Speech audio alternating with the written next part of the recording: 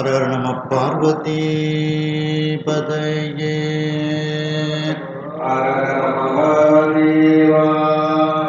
தென்னாடுடைய சிவனே போற்றி எந்நாட்டவர்க்கும் இறைவா போற்றி. கலைநிறை கணபதிக்கு சரணம் சரணம். திருச்செந்தூர் முருகனுக்கு அரோகரா. திருவாவடுதுறை ஆதீன ஸ்ரீல ஸ்ரீ குருமா சன்னிதானம் அவர்கள் பொன்னார் திருவடிகளை வணங்கியும், தருமபுராதீனம் நட்சத்திர குருமணிகள் ஸ்ரீல ஸ்ரீ குருமா சன்னிதானம் அவர்கள் பொன்னார் திருவடிகளை வணங்கியும், இந்த திருவிளையாடற் புராண சிந்தனையை செவனை நடத்தி கொண்டிருக்கக்கூடிய கற்பக விநாயகம் ஐயா, சுப்பிரமணியன் ஐயா, கோமதி நாயகம் ஐயா, நல்ல சிவம் ஐயா மற்றும் கண்ணன் ஐயா, இந்திரா அம்மையார், ஆவுடையப்பன் ஐயார் மற்றும் வந்திருக்கக்கூடிய அனைவருக்கும் பணிவான வணக்கத்தை தெரிவித்துக் கொள்கின்றேன். நாம் நரி பரியாக்கிய படலத்தில் இருக்கின்றோம். திருவாதவூரில் மணிவாசக பெருமான் திரு அவதாரம் செய்கின்றார். அவருடைய கல்வித்திறனை கண்டு அரிமர்த்தன பாண்டியன் அவருக்கு முதலமைச்சர் பதவி கொடுக்கின்றார். ஒரு நாள் அரசவைக்கு குதிரை லாயத்து தலைவர் வந்து நம்மிடத்தில் குதிரைகள் எல்லாம் வயதடைந்து விட்டது, போருக்குரிய குதிரைகள் மிகவும் குறைவாக இருக்கின்றது என்று கூறுகின்றார். உடனே அரசன் மணிவாசக பெருமானிடத்தில், அமைச்சரிடத்தில் நம்முடைய கருவூலத்தை திறந்து பொன்னும் பொருளும் தேவையானவற்றை எடுத்துக்கொண்டு குதிரைகளை வாங்கி வாருங்கள் என்று அனுப்பி வைக்கின்றார். மணிவாசக பெருமான் அந்த பணங்கள் அனைத்தையும் திருப்பெருந்துறை ஆவுடையார் கோவில் கட்டுவதற்கும், விழாக்கள் சிவபெருமானுக்கு விழாக்கள் நடத்துவதற்கும், அடியார்களுக்கு பராமரிப்பு செய்தல், அன்னம்பாதிப்பு செய்தல் போன்றவற்றையெல்லாம் செய்வதற்கும் செலவழித்து விடுகின்றார். இதை கண்டு அங்கு இருக்கக்கூடிய அவரோடு வந்த வீரர்கள் எப்பொழுது நாம் மதுரைக்கு செல்ல வேண்டும் என்று கேட்கின்றார்கள். நீங்கள் முதலில் சென்று அரசனிடத்தில் குதிரைகள் வரும் என்று கூறுங்கள் என்று அனுப்பி வைக்கின்றார். இவருடைய செயல்பாட்டை பார்த்து மீண்டும் அரசன் மணிவாசக பெருமானிடத்தில் வீரர்களை அனுப்பி வைக்கின்றார்கள் திருமுகம் கொடுத்து. உடனே பதிலுக்கு மணிவாசக பெருமான் விரைவில் குதிரைகள் வந்து சேரும் என்று அனுப்பி வைக்கின்றார். இறைவனிடத்தில் வேண்டுகின்றார், இறைவனே, அரசன் தந்த பொருளையெல்லாம் உனக்கும் உன் அடியார்களுக்கும் செலவழித்து விட்டேன், குதிரை எப்படி வாங்குவது என்று வேண்டுகின்றார். உடனே அசரீரியாக சிவபெருமான், நீங்கள் முதலில் மதுரைக்கு செல்லுங்கள், நான் குதிரையோடு வருகின்றேன் என்று கூறுகின்றார். உடனே மணிவாசக பெருமானும் மதுரைக்கு சென்று அரசனிடத்தில் ஆவணி மூல தினத்தன்று குதிரை வரும் என்று கூறுகின்றார். அந்த அவர் சொன்ன நாளுக்கு முந்தையே அரசன் இன்னும் குதிரை வரவில்லையா என்று ஓரிரு நாட்களில் வரும் என்று கூறுகின்றார். அந்த நாள் கடந்து விடுகிறது. உடனே அரசன் கோபப்பட்டு மணிவாசக பெருமானை சிறையில் அடைத்து விடுகின்றார். சிறை காவலர்கள் அவருக்கு கடுமையான தண்டனைகளை கொடுக்கின்றார்கள். அந்த சிறையில் சிவபெருமானை நினைத்து கொண்டே இருக்கின்றார். இரவு பொழுது வருகிறது, பகல் பொழுது, அதிகாலை பொழுது வருகின்றது. திருப்பள்ளி எழுச்சி பாடும் சப்தம், சங்கநாதம் பெருக்கும் சப்தம், அடியார்கள் வேதம் போதும் சப்தங்கள் எல்லாம் கேட்கின்றது. அதை கேட்டுக்கொண்டு இறைவனை அந்த இருந்த இடத்திலேயே வழிபாடு செய்து கொண்டு, என்னுடைய துன்பத்தை நீ நீக்க மாட்டாயா என்று மணிவாசக பெருமான் அழுது புலம்புகின்றார். என்ற அளவில் உடனே அந்த ஒரு குழந்தையினுடைய அழுகை ஒலி தாயினுடைய செவிக்கு சென்று சேருவது போல, உடனே சென்று சேருவது போல அந்த சொக்கநாத பெருமானினுடைய திருச்செவியில் அந்த அழுகை ஒலி கேட்கின்றது. மணிவாசக பெருமானினுடைய வேண்டுதல் ஒலி கேட்கின்றது. மணிவாசக பெருமானை சிறையிலிருந்து நீக்குவதற்கு சொக்கநாத பெருமான் மனதில் நினைக்கின்றார் என்ற அளவில் சிந்தித்தோம். அதனுடைய தொடர்ச்சி நரி பரியாக்கிய படலம் 643வது பக்கம். நந்தி ஆதியாம் பெருங்கணநாதரை வெளித்தான்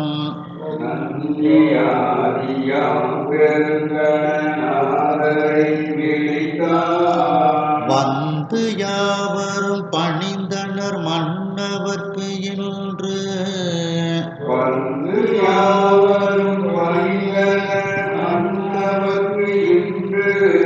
முந்தி ஆவணி மூல நாள் வந்தது முனிவு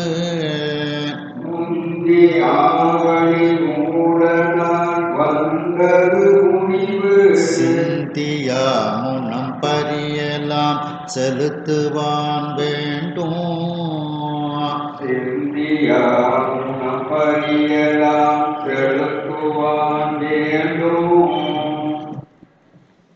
நந்தி ஆதியாம் பெருங்கணநாதரை விழித்தான். நந்தியம்பெருமான் முதலாகிய அந்த மிகப்பெரிய ஒவ்வொரு கணங்களுக்கும் உரிய அந்த தலைவர்களை எல்லாம் இப்பொழுது சொக்கநாத பெருமான் அழைக்கின்றார். விழித்தான் அப்படின்னா அழைத்தல் அப்படின்னு அர்த்தம்.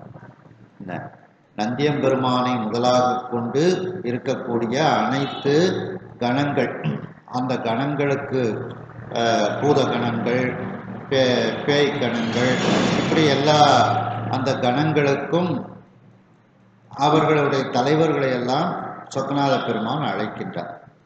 உடனே அந்த கணத்தலைவர்கள் எல்லோரும் வந்து சொக்கநாத பெருமானினுடைய காலில் விழுந்து பணிகின்றார்கள். உடனே சொக்கநாத பெருமான் அவர்களிடத்தில் கூறுகின்றார், மன்னவர்க்கு இன்று முந்தி ஆவணி மூல நாள் வந்தது. அதாவது நட்சத்திரங்கள் 27 நட்சத்திரங்கள். அதில் மூலம் அப்படிங்கிறது ஒரு நட்சத்திரம். ஆண் மூலம் அரசாளும் அப்படின்பாங்க. ஒரு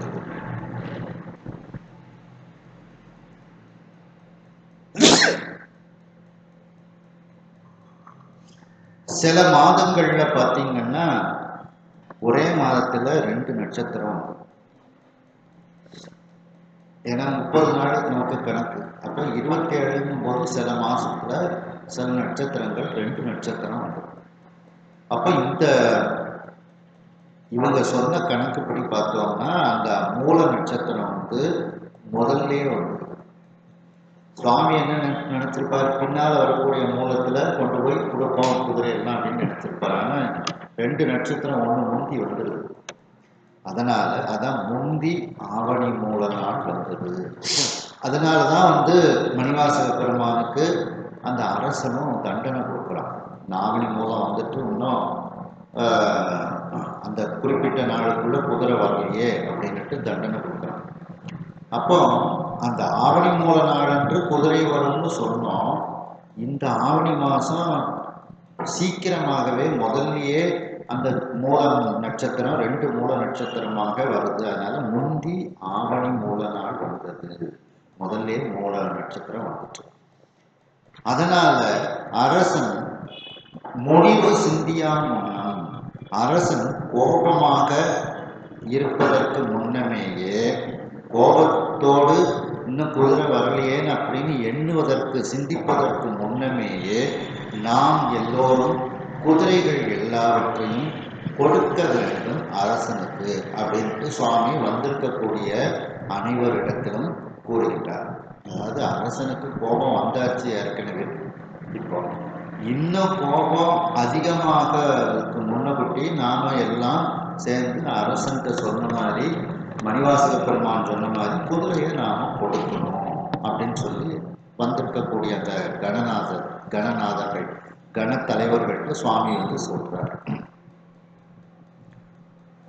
யாவரும் குணத்து இயங்குறும் நரியெல்லாம் ஈட்டி யாவரும் குணத்து இயங்குறும் நரியெல்லாம் ஈட்டி தாவுதல் பரியாக்கி அத்தாம்பரி நடாத்தும் தாவுதல் பரியாக்கி அத்தாம்பரி நடாத்தும் சேவகம் செய்வோர் ஆகிமுன் செல்லுமின் யாமும் சேவகம் செய்வோர் ஆகிமுன் செல்லுமின் யாமும் பாவகம் பட வருதும் அப்படி என பணித்தார். பாவகம் பட வருதும் அப்படி என பணித்தார். வந்திருக்கவங்கள்ட்ட சுவாமி சொக்கநாதர் சொல்றார், யாவரும் நீங்கள் எல்லோரும் குணம்னா காடு, காட்டில் இயங்கிக் கொண்டிருக்கக்கூடிய, காட்டில் திரிந்து கொண்டிருக்கக்கூடிய, இயங்குறும்னா திரிந்து கொண்டிருக்கக்கூடிய நரிகள் அனைத்தையும் ஒன்றாக சேர்த்து, ஈட்டி அப்படின்னா ஒன்று சேர்த்துன்னு அர்த்தம். தாவு அரும் பரியாக்கி, தாவி செல்லும் வலிமையான குதிரைகளாக அவற்றை மாற்றிவிடுங்கள் ஆக்கி. அத்தாம்பரி நடாத்தும், அந்த தாவி செல்லக்கூடிய குதிரைகளை செலுத்தக்கூடிய, நடத்தி செல்லக்கூடிய சேவகம் செய்வோராகி, தலைமை குதிரை வீரர்கள், குதிரை வீரர்களாக, தலைமை வீரர்களாக ஆகி நீங்கள் முதலில் செல்லுங்கள். யாமும் பாவகம் பட வருதும் அப்படி, நாமும் குதிரை மானிய தலைவர் அப்படின்ட்டு எல்லோரும் மனதில் கருதும்படி அந்த வேடத்தோடு நானும் உங்களோடு வருகின்றேன் என்று எல்லோருக்கும் உத்தரவிடுகின்றான் என பணித்தான். பணித்தான்னா உத்தரவிடுதல் அர்த்தம். இந்த வேலையை செய்து முடியுங்கள் அப்படின்னு அர்த்தம். அப்போ நீங்க எல்லாரும், இந்த கணத்தலைவர்கள் எல்லாரும் குதிரை படைக்கு தலைவர்களாகவும், ஒவ்வொரு விதமான குதிரைகளுக்கு ஒரு தலைவராகவும், மற்ற கணங்களை எல்லாம், எல்லா குதிரைகளையும் செலுத்தக்கூடிய குதிரைகளை எல்லாம் அழைத்து கொண்டு நீங்கள் அதற்கு தலைமை தாங்கிக் கொண்டு நீங்கள் எல்லோரும் வாருங்கள். நானும் அந்த குதிரை வாணிகன் அப்படிங்கிற பாவகம்னா பாவனை. என்ன பாவனை? நான் குதிரை விற்கக்கூடிய தலைவன். அந்த தலைவன்கிற குதிரை வாணிக தலைவன்கிற ஒரு எல்லோரும் அந்த என்னை பார்த்தா அப்படி நினைக்குமாறு நானும் உங்களோடு வருகின்றேன் அப்படின்ட்டு எல்லாத்தையும் சுவாமி வந்து சொல்றார். ஏகநாயகன் ஆணை போண்டு எழு கணத்தவரும், ஏகநாயகன் ஆணை போண்டு எழு கணத்தவரும், நாக நாடரும் வியப்பூர நரியலாம் திரட்டி, நாக நாடரும் வியப்பூர நரியலாம் திரட்டி, வேகவான் பரி ஆக்கி அவ்வெம்பரி நடாத்தும், வேகவான் பரி ஆக்கி அவ்வெம்பரி நடாத்தும், பாகர் ஆகினார் அவர் வரும் பரிசு அது பகவான், பாகராகினார் அவர் வரும் பரிசு பகவான். ஏகநாயகன்,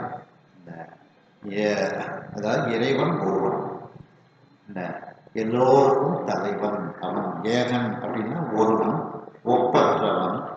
தலைவன், நாயகன்னா தலைவன். அப்படி ஒப்பற்ற தலைவனாக இருக்கக்கூடிய அந்த சொக்கநாத பெருமானுடைய ஆணையை தலைமேல் தாங்கிக் கொண்டு, பூண்டு அப்படின்னா தலைமேல் தாங்கிக் கொண்டு, எழு கணத்தவர், அந்த இடத்தை விட்டு எழுந்த அந்த கணங்கள், கணத்தலைவர்கள் எல்லாரும் நாகநாடரும் வியப்பு உற. நாகநாடுன்னா தேவர்கள் உலகம் நாடு. அந்த தேவர்கள் நாட்டில் இருக்கக்கூடிய தேவர்கள் எல்லோரும் வியப்பு அடையுமாறு அவர்கள் அந்த காட்டில் உள்ள நரிகளை எல்லாம் ஒன்றாக திரட்டுகிறார்கள். வியப்பு உற நரியெல்லாம் திரட்டி. ஏன் தேவர்கள்லாம் வியப்பு அடையுமாறு அப்படின்னு போடுறாங்கன்னா, நரிய பிடிக்கிறது கஷ்டம். ரொம்ப அறிவுல கொண்டது, சூழ்ச்சி நிறைந்தது நரி. அப்போ அந்த நரிகளை எல்லாம் இவங்க ஒன்றாக திரட்டி, அதனாலதான் தேவர்களும் வியப்படைகின்றார்கள். திரட்டி வேக வாம்பரி ஆக்கி. வேகம் விரைந்து தாவக்கூடிய, வாம்னா தாவுதல் அர்த்தம். விரைந்து தாவி செல்லக்கூடிய குதிரைகளாக அவற்றை மாற்றி விடுகின்றார்கள். அவ்வெம்பரி நடாத்தும். அந்த வலிமையான அந்த குதிரைகளை, வெம்னா வலிமை, அந்த வலிமையான குதிரைகளை செலுத்தக்கூடிய பாகர் ஆகினார். அந்த குதிரை பாகர்களாக அந்த கணத்தலைவர்கள்லாம் ஆகிவிடுகின்றார்கள். அந்த பூத கணங்கள் மற்ற எல்லா கணங்களும் அந்த ஒவ்வொருத்தரும் ஒவ்வொரு குதிரையை பிடிச்சிட்டு அவங்க நிற்கிறாங்க. அவர் வரும் பரிசு அது பகர்வா. அந்த குதிரைகளும் அந்த குதிரை கண தலைவர்களும் எப்படி வந்து கொண்டு இருக்கின்றது அப்படிங்கிற தன்மையை இப்பொழுது நான் உங்களுக்கு சொல்ல இருக்கின்றேன். அதாவது அந்த குதிரை பாகர்களும் குதிரைகளும் எப்படி இருக்கின்றது அப்படிங்கிற ஒரு தன்மைகளை நான் இப்பொழுது உங்களுக்கு சொல்ல போகின்றேன். பகர்வா அப்படின்னா சொல்லுகின்றேன் அப்படின்னு சொல்றாங்க.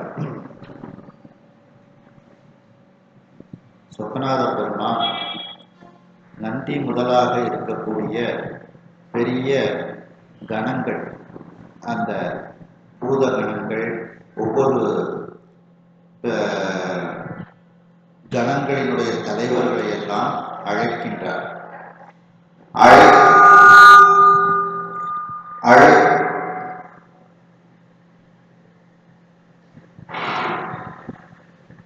அந்த சொக்கநாத பெருமானினுடைய அழைப்பை கேட்டு அந்த பூதகண தலைவர்கள், எல்லா கணங்களினுடைய தலைவர்கள் எல்லாம் இறைவனிடத்தில் இறைவனை பணிந்து வணங்குகின்றார்கள். உடனே சொக்கநாத பெருமான் அவர்களிடத்தில் கூறுகின்றார், இப்பொழுது இந்த மாதம் ஆவணி மூலமானது, ஆவணி மூல நட்சத்திரம் முந்தியே வருகின்றது. ஆகையால் மன்னவர்க்கு நாம் இந்த ஆவணி மூலத்தன்று குதிரைகளை கொண்டு செல்ல வேண்டும். அப்படி கொண்டு செல்லாவிட்டால் அவருக்கு கோபம் வந்துவிடும். அவர் கோபத்தோடு சிந்திப்பதற்கு முன்னம் நாம் குதிரைகளை எல்லாம் மன்னவரிடத்தில், பாண்டிய மன்னனிடத்தில் கொண்டு கொடுக்க வேண்டும் மணிவாசக பெருமானுக்காக என்று சுவாமி அவர்களிடத்தில் கூறுகின்றார்.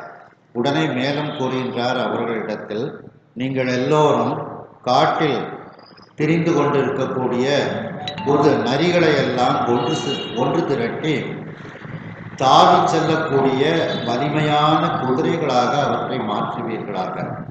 அந்த தாவி செல்லக்கூடிய வலிமையான அந்த குதிரைகளை நடத்தி செல்லக்கூடிய தலைமை பொறுப்பை நீங்கள் ஏற்றுக்கொண்டு, நீங்கள் அந்த குதிரை தலைமை பாகராக ஆகி நீங்கள் முதலில் செல்லுங்கள்.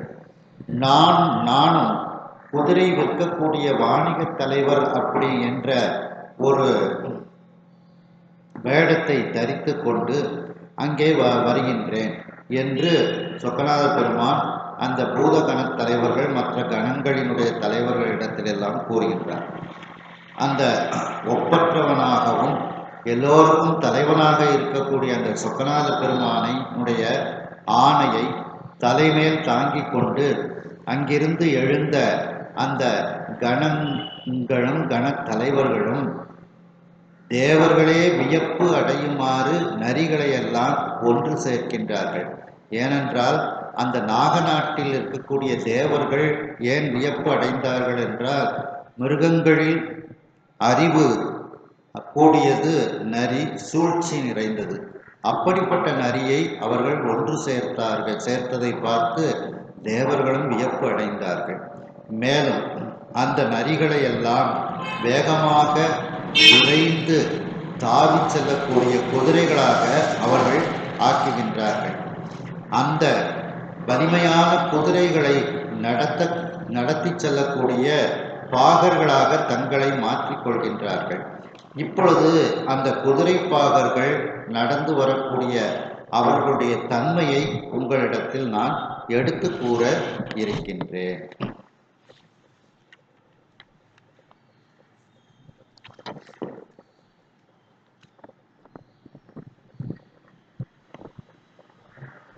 தூக்கி ஆர்த்த செம்பட்டினர்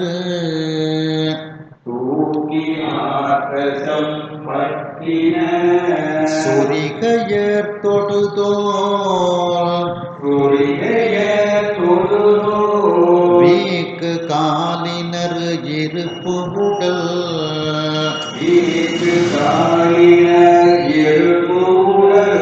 காப்பினர் வெருளில் நோக்கு பார்வையர் குண்டர நுதலினர் இடியில் நோக்கு பார்வையர் குண்டர நுதலினர் இடியில் தாக்கி ஆர்ப்பு எழும் நகையினர் தழன்று எழு சினத்தோர் தாக்கி ஆர்ப்பு எழும் நகையினர் தழன்று எழு சினத்தோர் தூக்கி ஆர்த்த செம்பட்டினர். அந்த குதிரை பாகர்கள் எல்லாம் சிவந்த பட்டு ஆடைகளை தூக்கி கட்டியிருக்கின்றார்கள். சிவந்த பட்டாடையை இடுப்பில் தூக்கி கட்டியிருக்கின்றார்கள். ஏன்னா கீழே வரைக்கும் கட்டியிருந்தாங்கன்னா குதிரை போகக்கூடிய வேகத்துக்கு ஓட முடியாது, கால் தடுக்கிடும். அதனால அதான் தூக்கி ஆர்த்த அந்த செம்பட்டு உடுத்தியிருக்காங்க. அதை வேகமாக குதிரைக்கு ஈடு கொடுத்து போறதுக்கு தகுந்தாப்புல இடுப்புல தூக்கி கட்டியிருக்காங்க அவங்க. சுரிகையர், சுரிகைனா உடைவாள்னு அர்த்தம். உடைவாளை கையில் வைத்திருக்கின்றார்கள். தொடுதோல் வீக்கு காலினர். தொடுதோல் அப்படின்னா செருப்புன்னு அர்த்தம். செருப்பு அணிந்த காலை உடையவர்களாக அவர்கள் இருக்கின்றார்கள். வீக்குன்னா அணிந்தன்னு அர்த்தம். இருப்பு உடல் காப்பினர், அதாவது உடல்ல கவசம் தரித்து இருக்கின்றார்கள். காப்புனா கவசம், இருப்பு உடல் அதாவது இரும்பு போன்ற உடலில் கவசம் தரித்தவர்களாக அவர்கள் இருக்கின்றார்கள். வெருளின் நோக்கு பார்வையர், அப்படி அவங்களை யாராவது கண்ணால் பார்த்தா அவங்களுக்கு பார்த்தவங்களுக்கு பயம் வரும். அப்படி கண்டவர் அஞ்சக்கூடிய அளவிற்கு கண்களை உடையவர்களாக அவர்கள் இருக்கின்றார்கள். புண்டர நுதலினர். புண்டரம் அப்படின்னா திரிபுண்டரம் அப்படின்னு அர்த்தம். திரினா மூன்றுன்னு அர்த்தம். நுதல்னா நெற்றின்னு அர்த்தம். நெற்றியில் திருநீற்றை திரிபுண்டரமாக முப்பட்டையாக 3 பட்டையாக அணிந்த நெற்றியை உடையவர்களாக அவர்கள் இருக்கின்றார்கள். இடியில் தாக்கி ஆர்ப்பு எழும் நகையினர். இடி இடிச்சால் போல, இடி தாக்குனா எப்படி இருக்கும் அந்த மழை நேரத்துல, அப்படி இடி தாக்குவது போல ஆரவாரத்தோடு இருக்கக்கூடிய சிரிப்பை உடையவர்கள். நகையினர் அப்படின்னா சிரிப்பை உடையவர்கள்.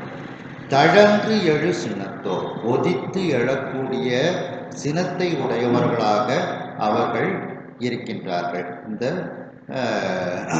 குதிரை பாகர்கள், குதிரை தலைவர்கள் எல்லாம் இப்படிப்பட்ட ஒரு தன்மையை உடையவர்களாக அவர்கள் இருக்கின்றார்கள். வட்ட தோல்வரி புறம் கிடந்து அசைய வைவடிவாள். வட்ட தோல்வரி புறம் கிடந்து அசைய வைவடிவாள்.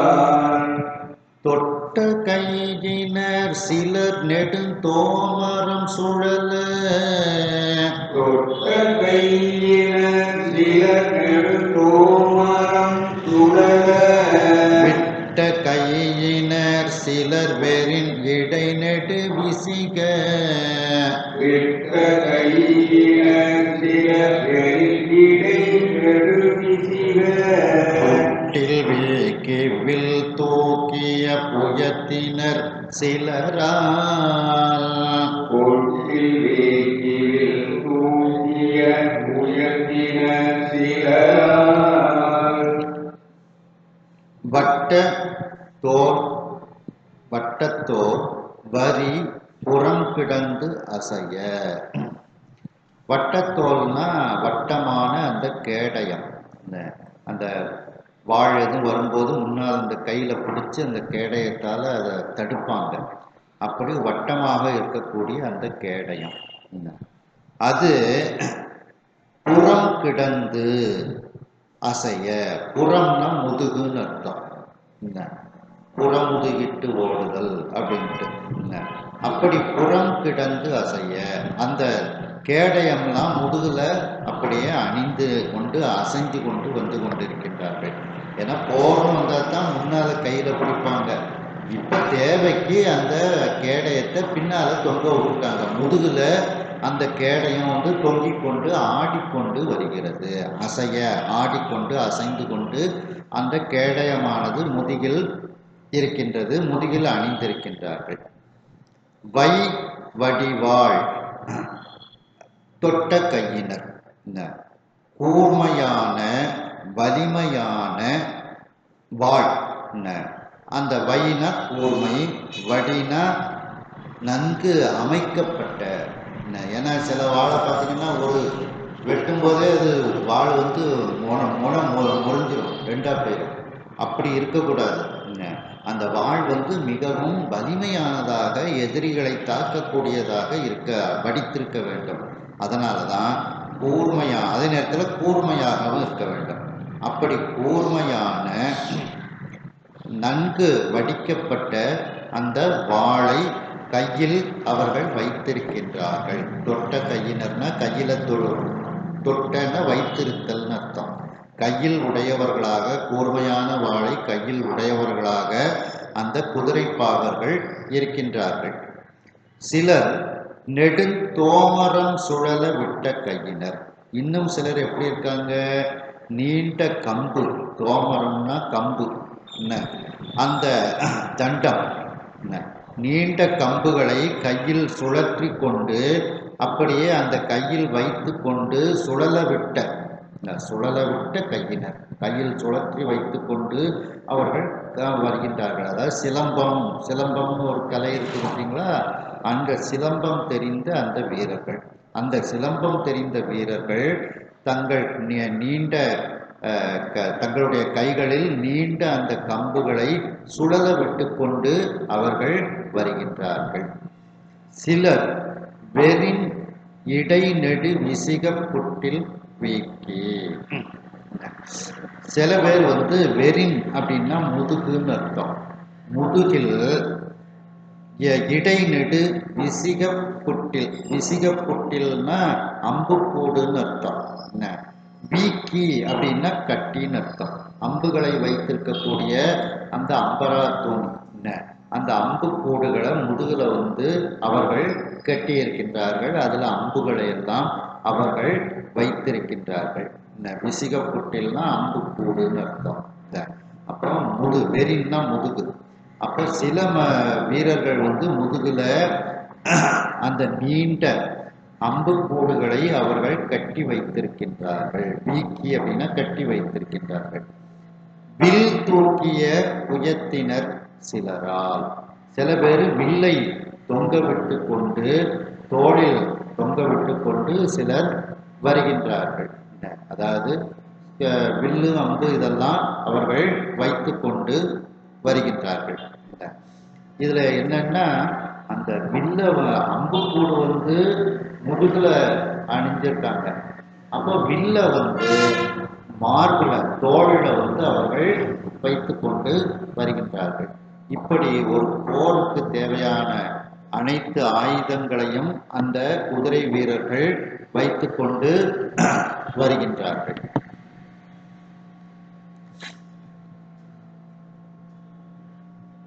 கண தலைவர்களும்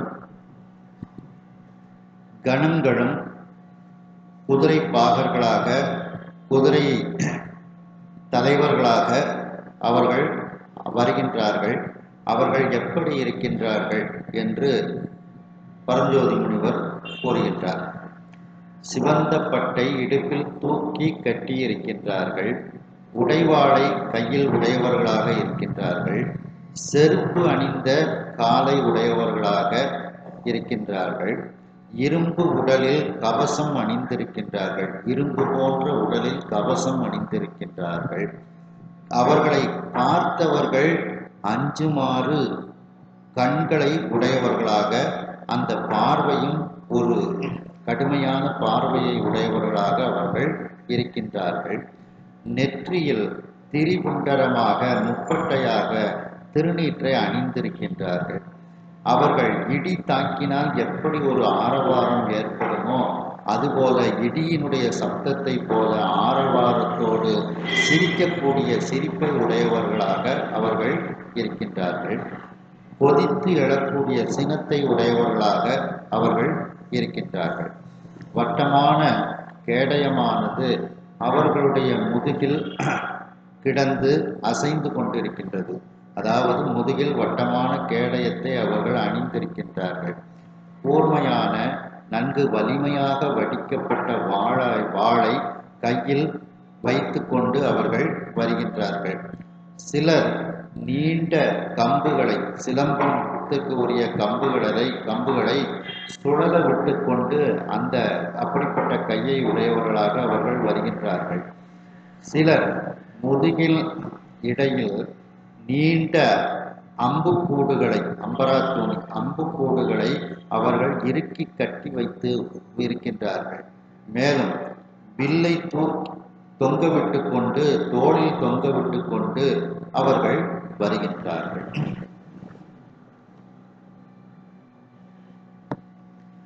செம்படாம் செய்த போர்வையர், செம்படாம் செய்த போர்வையர், சிலர் பசும் படத்தால், சிலர் பசும் படத்தால், மொயம்பு வீக்கிய கவயத்தர், மொயம்பு வீக்கிய கவயத்தர். அதுல சிலர் கருமுகில் போல், இக்குங்கிறத அந்த இக்க காணாவாக்கி விடுங்க, கூவர் உருவாக்கி விடுங்க. சிலர் கருமுகில் போல், சிலர் கருமுகில் போல், அம்புயம் புதை காப்பினர், அம்புயம் புதை காப்பினர். சிற்சிலர் அவிரோன், சிற்சிலர் அவிரோன், பைம்பொன் வாழ் நிறப்படாம் செய், பைம்பொன் வாழ் நிறப்படாம் செய். உப்பாயத்தர் சிலரால், உப்பாயத்தர் சிலரால். இன்னும் அவர்கள் எப்படி இருக்கின்றார் என்று வர்ணிக்கின்றார். செம்படாம் செய்த போர்வையர் சிலர். படாம் அப்படின்னா ஆடை அப்படின்னு அர்த்தம். சிவந்த ஆடைகளால் செய்த போர்வையை அவர்கள் அணிந்திருக்கின்றார்கள். பசும் படத்தால் மொயம்பு வீக்கிய கவயத்தர் சிலர். பச்சை நிறத்து ஆடையால் மொயம்பு தோளில் இறுக்கி கட்டி கவசம் போல் அணிந்திருக்கின்றார்கள். அப்படிப்பட்ட ஆடையை உடையவர்களாக இருக்கின்றார்கள். அதாவது சிவந்த ஆடையை போர்வையாக போர்த்தி இருக்கின்றார்கள்.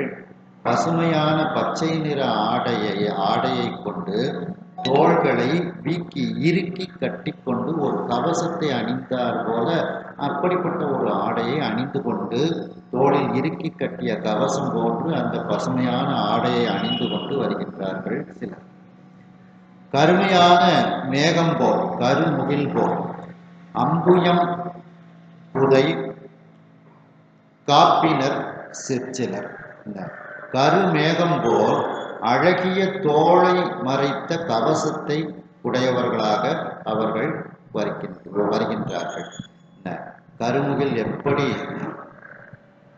கருமையான நிறத்தை உடையதாக மேகத்தை மறைத்து விடும், அது கருமுகில் வந்து வெண்மையான மேகத்தை மறைத்து அதற்கு ஒரு கவசம் அணிந்தது போல இருக்கும். அப்படி அந்த கருமையான மேகம் எப்படி வெண்மேகத்தை மறைத்து அதற்கு ஒரு கவசம் போல் இருக்கின்றதோ அதுபோல அம்புயம்னா அம்னா அழகிய, புயம்னா புஜம்னு அர்த்தம். புஜம்ங்கிறது தான் புயம் அப்படின்னுட்டு சொல்றாங்க. அழகிய தோளை மறைத்த, புதைனா மறைத்தல்னு அர்த்தம். புதைச்சிட்டோம்னா தெரியாது, இல்லை கண்ணுக்கு தெரியாது, அப்போ அது மறைத்தல்னு அர்த்தம். அப்போ அழகிய தோளை மறைத்த கவசத்தை உடையவர்களாக சிற்சிலர் வந்து கொண்டு இருக்கின்றார்கள். அவிரும் பைம்பொன் வாழ்நிற படாம்சை குப்பாயத்தர் சிலரால். அவிரும் ஒளிவிடக்கூடிய அந்த பசுமையான பொன்னை போன்று சிறந்த நிறத்தை உடைய துணியினால் செய்யப்பட்ட, படாம் அப்படின்னா துணின்னு அர்த்தம். வாழ்நிற அப்படி தங்க நிறத்தை உடைய துணியினால் செய்யப்பட்ட சட்டையை அணிந்தவர்களாக சிலர் வருகின்றார்கள். குப்பாயம் அப்படின்னா சட்டைன்னு அர்த்தம். திருவாசகத்துல வருது பார்த்தீங்களா, ஒரு இடத்துல பள்ளி குப்பாயத்தர் அப்படின்ட்டு. அந்த குப்பாயம்னா சட்டைன்னு அர்த்தம். அப்படி தங்க நிறத்துல ஒளிவிடக்கூடிய அந்த துணியில் செய்த சட்டையை அணிந்தவர்களாக சிலர் வருகின்றார்கள்.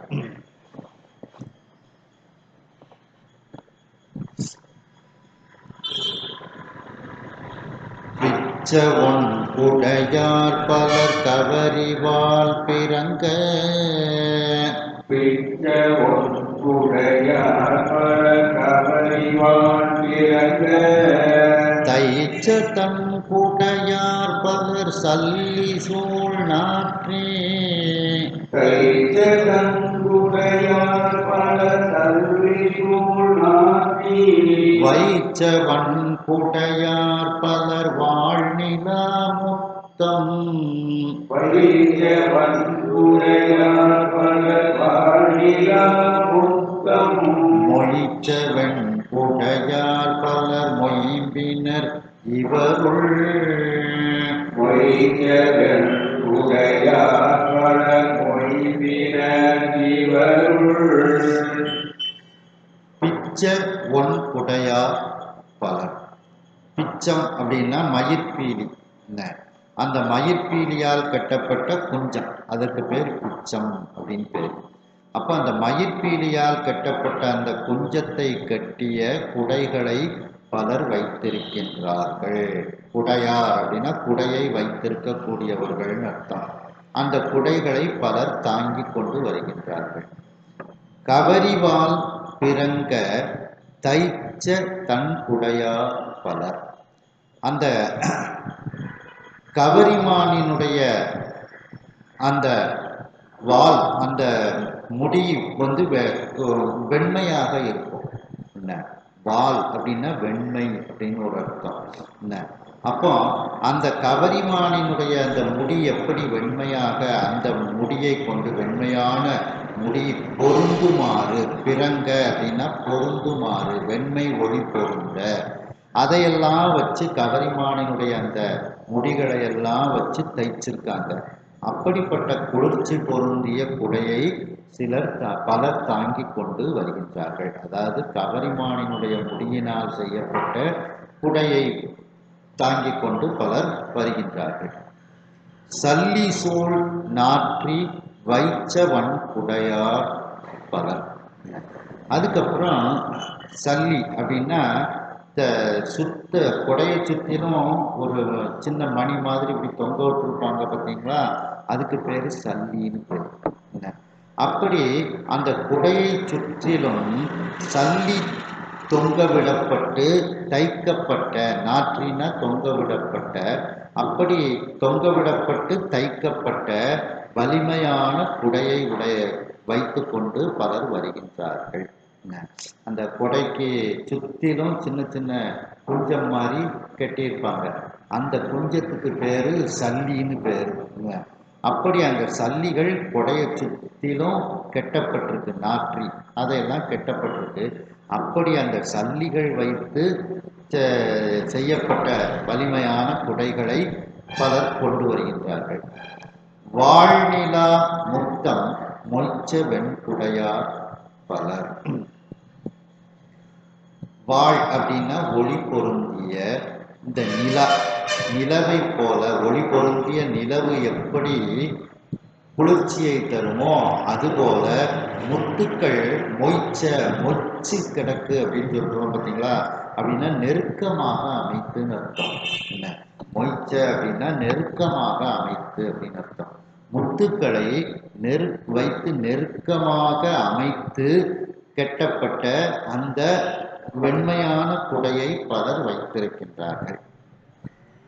இப்படிப்பட்ட வலிமை மிக்க இந்த பாகர்களுக்கு நடுவில் சுவாமி எப்படி வருகின்றார் அப்படிங்கிறத அடுத்தால பார்ப்போம் அப்படிங்கிறார். மொயம்பினர் இவர்கள். மொயம்பின்னா வலிமையின் அர்த்தம். மொயம்பினர் அப்படின்னா வலிமையான இந்த குதிரைப்பாகர்களுக்கு குதிரைப்பாகர்கள் எல்லோருக்கும் நடுவுள். இவருள் அப்படின்னா இவர்களுக்கு நடுவுள் சுவாமி எப்படி குதிரையில வாழ்றாரு அப்படிங்கிறத அடுத்தால நாம பார்ப்போம் அப்படின்ட்டு இந்த குதிரைப்பாகர்கள் எப்படி வருகின்றார்கள் அப்படிங்கிறத இதுல சொல்றாங்க. ஏன்னா குதிரை விற்கிறவங்க அந்த காலத்துல நல்ல ஒரு வசதியான குதிரை வாணிகர்களாக இருப்பாங்க. அதனால அவங்க ஒரு வசதியான ஒரு கூட்டத்தையும் கையில கொண்டு வருவாங்க. அப்படிப்பட்ட சுவாமியோடு இந்த வரக்கூடிய அந்த குதிரைப்பாகர்கள்லாம் அவங்களும் ரொம்ப தோரணையா வராங்க. சுவாமியும் அவங்களுக்கு மத்தியில குதிரை விற்பதற்காக வேண்டி வராங்க. இந்த குதிரைப்பாகர்கள் எப்படி இருக்கின்றார்கள் என்று மேலும் பரஞ்சோதி முனிவர் வர்ணிக்கின்றார். சிவந்த ஆடைகளினால் செய்த போர்வையை அணிந்தவர்களாக அந்த குதிரைப்பாகர்கள் வருகின்றார்கள்.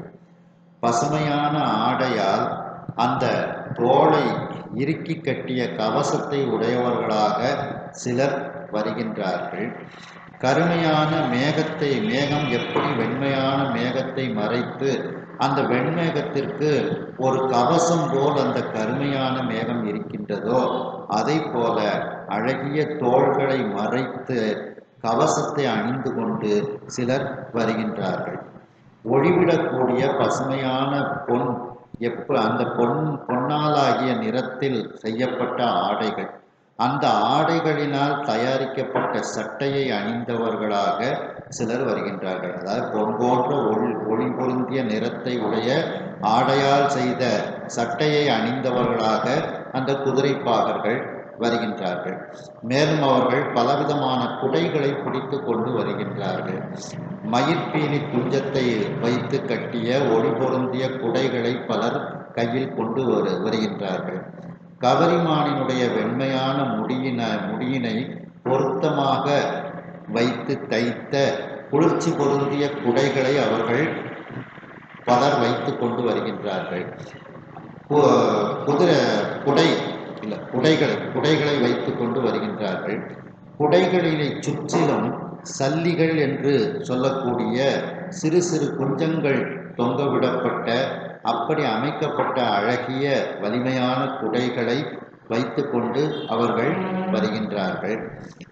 ஒளி பொருந்திய நிலா எப்படி குளிர்ச்சியை தருகின்றதோ அதுபோல முத்துக்களை நெருக்கமாக அமைத்து தைக்கப்பட்ட வெண்மையான குடையை அவர்கள் பலர் கொண்டு வருகின்றார்கள். இப்படிப்பட்ட வலிமையான இந்த குதிரை பாகர்கள் குதிரைப்படை தலைவர்களுக்கு நடுவில் சிவபெருமான் சொக்கநாதர் எப்படி வருகின்றார் என்று அடுத்து நாம் பார்ப்போம். தருமம் ஆதினால் பொருள் எனும் தாழது ஞான. தருமம் ஆதினால் பொருள் எனும் தாழது ஞான. கரும காண்டமாம் செவியது காட்சியை கடந்த. கரும காண்டமாம் செவியது காட்சியை கடந்த. ஒருமையாம் பரம் அபரமாம் உணர்வு எனும் கண்டது ஒருமையாம் பரம் அபரமாம் உணர்வெனும் கண்ணது அருமையாம் விதி முகத்தது நிடேத வாழதுவால் அருமையாம் விதி முகத்தது நிரேத வாழதுவார் தர்மம் ஆதி நாள் பொருள் எனும் தாழது. சுவாமி இவங்களுக்கு நடுவில் ஒரு குதிரையில ஏறி வர்றார். அந்த குதிரை எப்படிப்பட்டது அப்படின்னு சொல்றாங்க. வேதம்தான் குதிரை. அந்த வேதமாகிய குதிரையில இப்ப சுவாமி ஏறி வர்றார். அந்த குதிரை எப்படி இருக்கு அப்படிங்கிறத இதுல வர்ணிக்கிறாங்க. அதுக்கு 4 கால் இருக்கு குதிரைக்கு. தாழது, தாழ்னா கால், 4 கால்களை உடைய குதிரை. அந்த 4 கால்கள் என்ன தெரியுமா? தர்மார்த்த காம மோட்சம் அப்படின்னு சொல்லக்கூடிய தர்மத்தை முதலாக கொண்ட 4 பொருள்கள் தான் அந்த குதிரைக்கு 4 கால். அறம், பொருள், இன்பம், வீடு. அதை வடமொழியில சொல்லும்போது தர்ம அர்த்த காம மோட்சம் அப்படின்னு சொல்லுவாங்க. அதை நம்ம தமிழ்ல அறம்பொருள் இன்பம் பொருள் 4 கால்கள் அந்த குதிரைக்கு இருக்கின்றது. அதுல ஒரு கால் அறம், இன்னொரு கால் பொருள், இன்னொரு கால் இன்பம், இன்னொரு கால் வீடு. இந்த 4மே 4 கால்களாக அந்த குதிரைக்கு இருக்கின்றது. ஞான கரும காண்டமாம் செவியது. 2 காது அந்த குதிரைக்கு இருக்கின்றது. ஒரு காது ஞான காண்டம், இன்னொரு காது கர்ம காண்டம். வேதத்துல 2 பாகமா இருக்கு பார்த்தீங்களா? வேதம் ஞான காண்டம், கர்ம காண்டம். ஏன்னா குதிரை தான் இப்ப வேதம். அப்ப அந்த குதிரையை வேதமாக வர்ணிக்கின்றார். அப்ப 2 காது அந்த குதிரைக்கு இருக்கு. ஒரு காது ஞான காண்டம், இன்னொரு காது கர்ம காண்டம். காட்சியை கடந்த ஒருமையாம் பரம் அபரமாம் உணர்வு எனும் கண்ணது. அதுக்கு 2 கண் இருக்கு. குதிரைக்கு 2 கண் இருக்கு. அதுல ஒரு கண் அந்த பரஞானம், இன்னொரு கண் அபரஞானம். ஆனா இந்த காட்சியை கடந்து ஒரு ஒருமித்த ஒரு நிலையில் அந்த குதிரையினுடைய கண்கள் இருக்கின்றது அப்படிங்கிறாங்க. என்னும் அந்த பர உணர்வு அபர உணர்வு அப்படிங்கிற கண்ணை உடையதாக அந்த குதிரை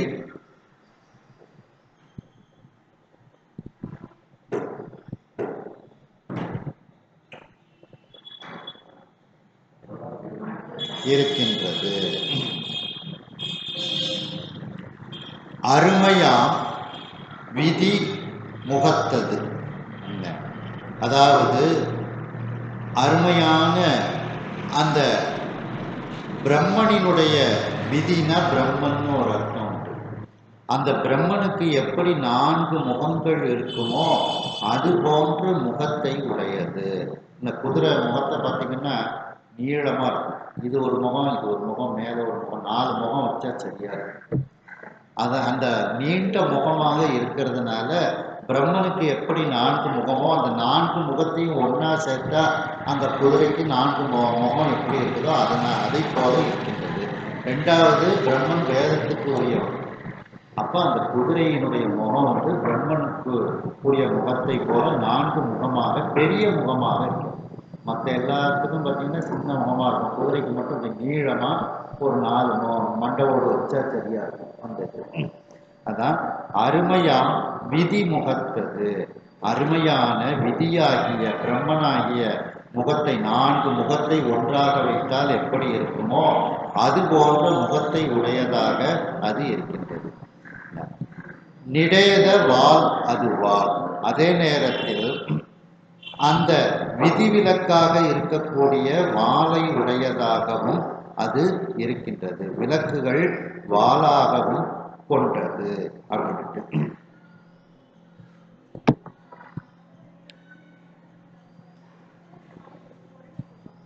தந்திரங்களால் புற அணி தரித்தது விரித்த தந்திரங்களால் புற அணி தரித்தது விரித்த மந்திரங்களால் சதங்கை தார் மணிச்சிலம்பு அணிந்தது மந்திரங்களால் சதங்கை தார் மணிச்சிலம்பு அணிந்தது அந்தரம் சுழல் சோமனும் அருக்கனும் மிதிக்கும் அந்தரம் சுடர் சோமனும் அருக்கனும் திரியும் சுந்தர பதம் பொறை கொள்ள தூங்கு இருபுடைத்தால் சுந்தர பரம்பொறை கொடக்கு இருபுடைத்தார் சுவாமி அந்த முனிவர்களுக்கு அறம்பொருள் இன்பம் வீட சொல்ற தேவாரத்தில் ஞானசம்பந்த பெருமான்னு சொல்றாங்க. சுழிந்த கங்கை தோய்ந்த திங்கள் தொல்லரா நல்லிதழி சழிந்த சென்னி சைவ வேடம் தான் நினைத்து ஐம்புலனும் அழிந்த சிந்தை அந்தநாளர்க்கு அறம்பொருள் இன்பம் வீடு மொழிந்த வாயான் முக்கண்ணாதி மேயது முதுகுன்றே அப்படின்னு திருமுதுகுன்று தேவாரத்தில் அறம்பொருள் இன்பம் வீட சொன்னாரு அப்படின்னு சொல்றாங்க. அந்த அறம்பொருள் இன்பம் வீடு தான் குதிரைக்கு 4 காலாக இருக்குது அப்படின்ட்டு இதில் குதிரையை வர்ணிக்கும் போது சொல்றாங்க. தந்திரங்களால் புற அணி தரித்தது. தந்திரம் அப்படின்னா ஆகமம் அப்படின்னு அர்த்தம். மந்திரம் ஆவது நீரு, வானவர் மேலது நீரு, சுந்தரம் ஆவது நீரு, துதிக்கப்படுவது நீரு, தந்திரம் ஆவது நீரு, சமயத்தில் உள்ளது நீரு, செந்துவர் வாய் உமை பங்கன் திரு ஆலவாயான் திருநீரு. அப்ப தந்திரம் ஆவது நீருன்னா ஆகமங்களாக இருப்பதும் திருநீரு தான், ஆகமத்தில் சொல்லப்பட்டதும் திருநீரு தான் அப்படின்ட்டு. அப்படி அந்த ஆகமங்களால் புறத்தில் ஆகமங்களாகிய அந்த புறத்தில் அணியும் அணிகளை தரித்தது இந்த குதிரை. அதாவது அந்த குதிரைக்கு என்னெல்லாம் வெளியில ஆபரணங்கள்லாம் அணிவித்திருக்கின்றார்களோ அது எல்லாமே ஆகமங்கள். அப்படி அந்த குதிரை ஆகமத்தோடும் ஆகமத்திற்கு இடமாகவும் இருக்கின்றது அப்படின்ட்டு. விரித்த, ஏன்னா அந்த குதிரையை வேதம்னு சொல்றோம். அப்ப ஆகமம் இங்க வந்தாகணும். அப்ப குதிரைக்கு மேல அணிவித்திருக்கக்கூடிய ஆபரணங்கள்னா ஆகமங்கள். அப்ப அந்த ஆபரணங்களையும் குதிரையும் பிரிக்க முடியாது. அப்போ அந்த வேதம் ஆகமத்துக்கு மேல சுவாமி உட்கார்ந்து வாரார் அப்படின்ட்டு. அது புற அணி தரித்தது. அந்த ஆகமங்கள் என்று சொல்லக்கூடிய அந்த புறத்தில் அணியும் ஆபரணங்களை அந்த குதிரை அணிந்திருக்கின்றது. விரித்த மந்திரங்களால் சதங்கை தார் மணிச்சிலம்பு அணிந்தது. அப்போ ஆகமங்கள் விரித்த, ஆகமங்கள் சொன்ன மந்திரங்கள். அப்போ அந்த மந்திரங்கள் ஏன்னா இப்போ மந்திரங்கள் பூராவுமே ஆகமத்துல தான் அதிகமா இருக்கு. அதனாலதான் கும்பாபிஷேகங்கள்லாம் ஆகமத்தை வச்சு பண்றாங்க. வேதம் தோத்திரம், ஆகமம் சட்டம், மந்திர பிரயோகம், இப்படித்தான் இதை செய்யணும், ஹோமங்கள் இப்படித்தான் செய்யணும் அப்படிங்கிற ஒரு சட்டத்தை கொடுக்குது. அதனாலதான் அந்த ஆகமங்கள் விரித்த, ஆகமங்கள் சொன்ன மந்திரங்கள், அந்த மந்திரங்கள் எப்படி இருக்கின்றது? சதங்கை, சதங்கை மாலையாகவும், சதங்கை தார்னா மாலை, அப்போ சதங்கை மாலையாகவும் மணிச்சிலம்பு அணிந்தது. மணிகள் அமைந்த சிலம்பை அந்த குதிரை அணிந்திருக்கின்றது. அதாவது குதிரைக்கு கழுத்துல ஒரு சதங்க மாதிரி ஒரு மாலை போட்டிருக்காங்க. அது சதங்கை. ஏன்னா தார்னா மாலை, மாலை கழுத்துல தான் போடுவாங்க. அப்போ அந்த சதங்கை மாலை குதிரைக்கு கழுத்துல போட்டிருக்கு. காலில் மணிகள் கட்டியிருப்பாங்க, இல்லை கழுத்துக்கும் போட்டிருப்பாங்க மணிச்சிலம்பு. அப்போ மணிகளால் அமைந்த சிலம்பு அந்த குதிரைகளுக்கு 4 காலுக்கும் கட்டப்பட்டிருக்கு, கழுத்துலையும் அணிந்திருக்குது. இதெல்லாம் சப்திக்கும். குதிரை நடக்கும்போது இவைகளெல்லாம் சப்தத்தை எழுப்பும். அப்ப ஆகமத்தில் உள்ள மந்திரங்கள் சப்தத்தை எழுப்புகின்றது. அப்ப அந்த ஆகமத்தில் உள்ள மந்திரங்கள் எப்படி சப்தத்தை எழுப்புகிறதோ அது என அந்த குதிரைக்கு வெளியில அணிவித்திருக்கக்கூடிய ஆபரணங்கள் முழுவதுமே ஆகமங்கள் அப்படின்ட்டு சொல்றாங்க. அதனால அந்த குதிரையினுடைய கழுத்தில் அணிந்திருக்கக்கூடிய சதங்கை மாலையும் காலில் அணிந்திருக்கக்கூடிய மணிகள் கோர்க்கப்பட்ட சிலம்பும் எது அப்படின்னா ஆகமங்கள். ஆகமங்கள் சொல்லக்கூடிய மந்திரங்கள். அது ஜல் ஜல்லு கேட்கும்போது அதுதான் ஆகம மந்திரங்கள் அப்படின்னு சொல்றாங்க. அந்தரம் சுழல் சோமனும் அருக்கனும் மிதிக்கும் சுந்தரப்பதம் பொறைகொள தூங்கு இரு புடைத்தால். அதாவது அந்தரம் சுழல், அந்தரம்னா ஆகாயம், அந்த ஆகாயத்தில் சுழன்று கொண்டிருக்கக்கூடிய சோமன் சந்திரன், அருக்கன் சூரியன். அப்போ ஆகாயத்தில் சுழன்று கொண்டிருக்கக்கூடிய சூரியனும் சந்திரனும் அவருக்கு மிதிக்கக்கூடிய அங்கவடிகளாக அவைகள் இருக்கின்றது. அங்கு சுந்தரப்பதம் பொறைகொள தூங்கு இரு புடைத்தால், அதாவது மிதிக்கின்ற அழகிய திருவடிகளை தாங்க.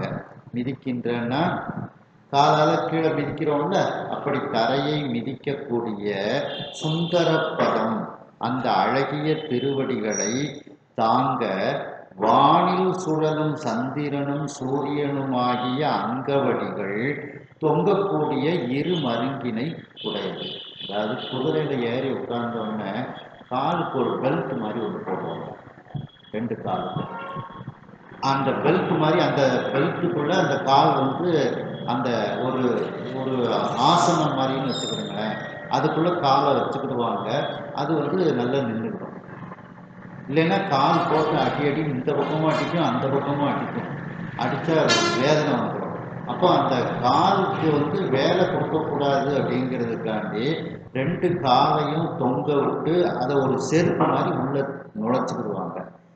அது இந்த பக்கம் அடிக்கும்போது குதிரையைத்தான் அந்த பெல்ட் மாதிரி அடிக்குமே தவிர காலுக்கு சேதம் வராது. அதுக்கு பேர் அங்கவடி. அப்போ அந்த சுவாமி காலை வச்சிருக்கக்கூடிய அந்த இடம் எது தெரியுமா? ஒன்று சூரியன், இன்னொன்று சந்திரன் அப்படின்ட்டு அதை சொல்றாங்க. அப்போ அந்த ஆகாயத்தில் சுழலக்கூடிய சூரியனும் சந்திரனும் சுவாமிக்கு காலை தாங்கக்கூடிய அங்கவடியாக அந்த குதிரைக்கு மேலே தொங்க விட்டுருப்பாங்க, முதுகில் தொங்க விட்டுருப்பாங்க. அவங்க ஏறி உட்கார்ந்து காலை அதில் சொருகிக்கிடுவாங்க. அந்த 2 கால்களையும் தாங்கக்கூடிய அங்கவடியாக சூரியனும் சந்திரனும் இருக்கின்றார்கள் அப்படின்ட்டு இதில் சொல்லப்படுகிறது.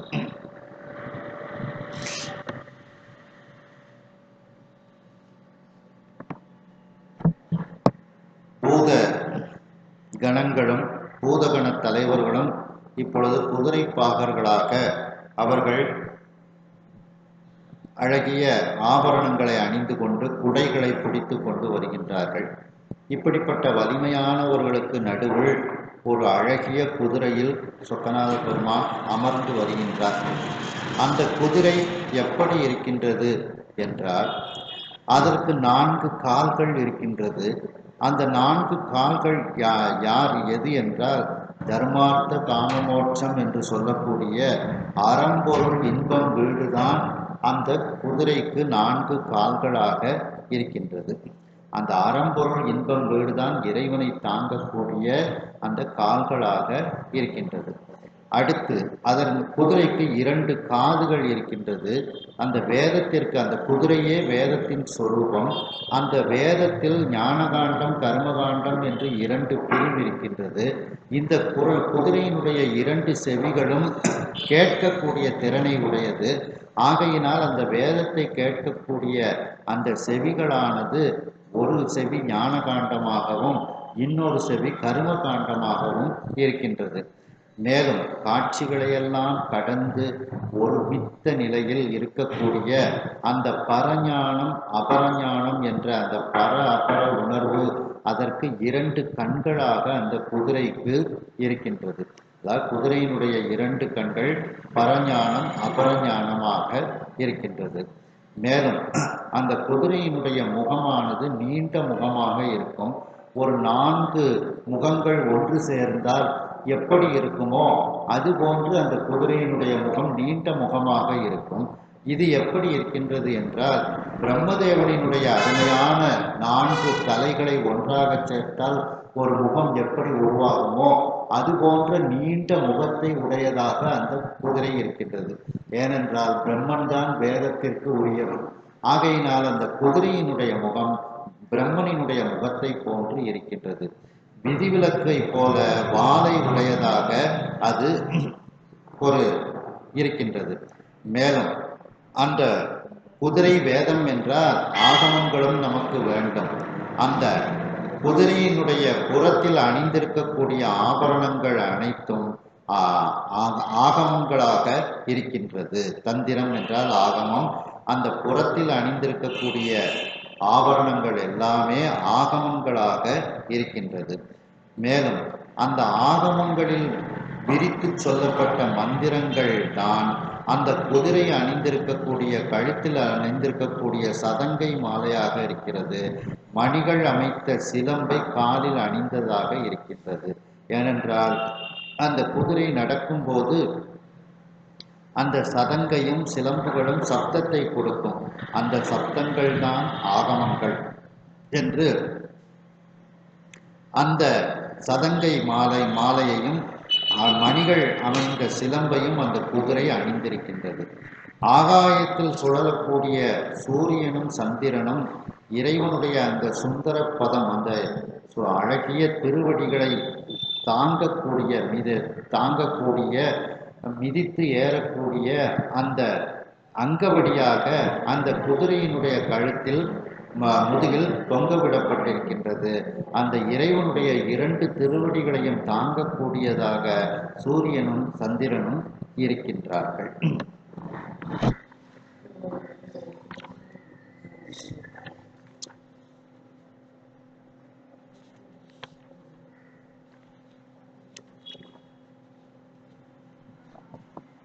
மாண்ட தாரக பிரமமாம் கலினம் வாய்க்கிழிய மாண்ட தாரக பிரமமாம் கலினம் வாய்க்கிழிய போண்டதால் புறச்சமயமாம் பொருள்படை முடிய போண்டதால் புறச்சமயமாம் பொருள்படை முடிய மூண்டு போர் எதிர் விழைத்து இகழ் முடிப்பது முழறி மூன்று போர் எதிர் விழைத்து இகழ் முடிப்பது முழறி ஆண்ட கோ முகம் மந்துரையாக மேவியதா ஆண்ட கோ முகம் மந்துரையாக மேவியதா மாண்ட தாரக பிரம்மமாம் கலினம் வாய்க்கிழிய போன்றதா. இந்த குதிரையானது ஒரு கடிவாளத்தை வாயில் கிழித்து கொண்டு அணிந்திருக்கின்றது. ஏன்னா அந்த கடிவாளம் மூக்குக்குள்ள எல்லாம் விட்டு அந்த கயிறை விட்டு வாய்க்குள்ள எல்லாம் வச்சு இது பண்ணி அந்த கடிவாளத்தை போட்டிருப்பாங்க குதிரைக்கு. அதான் கலினம் அப்படின்னா கடிவாளம்னு அர்த்தம். வாய் கிழிய பூண்டதா, வாயை கிழித்து கொண்டு அந்த கடிவாளத்தை இந்த குதிரை அணிந்திருக்கின்றது. அது எது தெரியுமா? பெருமையான பிரணவம் தான் அந்த கடிவாளம். பெருமை, மாண்ட அப்படின்னா பெருமையான அப்படின்னு அர்த்தம். அந்த பெருமை மிக்க தாரக பிரம்மம், தாரக பிரம்மம்னா பிரணவம், தாரக மந்திரம். அந்த பிரணவம் தான் அந்த குதிரைக்கு கடிவாளமாக இருக்கின்றது. மூச்சு காற்றாக, அந்த மூச்சு காற்றை கண்ட்ரோல் பண்ணக்கூடிய கடிவாளமாக அந்த ஓம்காரம் தான் அது இருக்கின்றது. அப்ப அந்த கடிவாளம் ஓம்காரம். அந்த ஓம்காரத்தையே அது கடிவாளமாக அணிந்திருக்கின்றது அந்த குதிரை. புறச்சமயமா பொறுப்படை முடிய புறச்சமயங்கள். அந்த புறச்சமயங்கள்னா சமயத்தையே நாளாக பிரிக்கிறோம். என்ன அகச்சமயம், அகப்புறச்சமயம், புறச்சமயம், புறப்புறச்சமயம் அப்படின்னுட்டுலாம் பிரிக்கிறோம். என்ன அப்படி புறச்சமயம்னா ரொம்ப நம்ம விட்டு தூரத்தில் இருக்கக்கூடியவங்க, நம்மை துவேஷிக்கக்கூடியவர்கள். அந்த புறச்சமயம் அப்படிங்கிற அந்த வலிமையான படைக்கூட்டமானது தோற்குமாறு, முறிய அப்படின்னா தோற்குமாறு, மூன்று போர் எதிர் விளைத்து அவர்களோடு இந்த குதிரைகளெல்லாம் போரை எதிரில் ஏற்படுத்தி இகழ் முடிப்பது, அதாவது வெற்றியை தரக்கூடியது.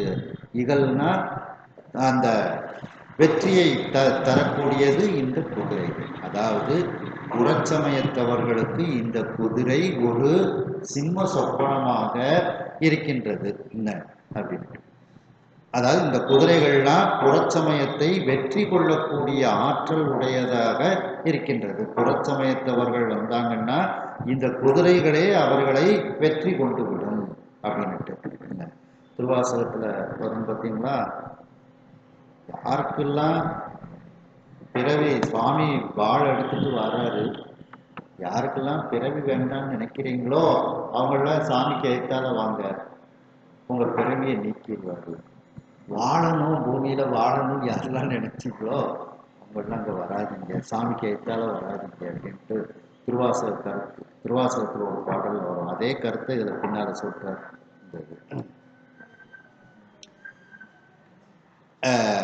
முளரி ஆண்ட ஓ, முளரின தாமரைன்னு அர்த்தம். தாமரை மலரில் அமர்ந்திருக்கக்கூடிய அரசன் யாரு? பிரம்மதேவன். அந்த முகம் மந்துரையாக மேவியதால் அந்த பிரம்மனினுடைய 4 முகங்களும் குதிரை பந்திகள் ஆயின. அதாவது பிரம்மன் தனது 4 வாய்களாலும் வேதங்களை ஓதுகின்றான். ஆதலால் இவ்வாறு கூறுகின்றார். அதாவது அந்த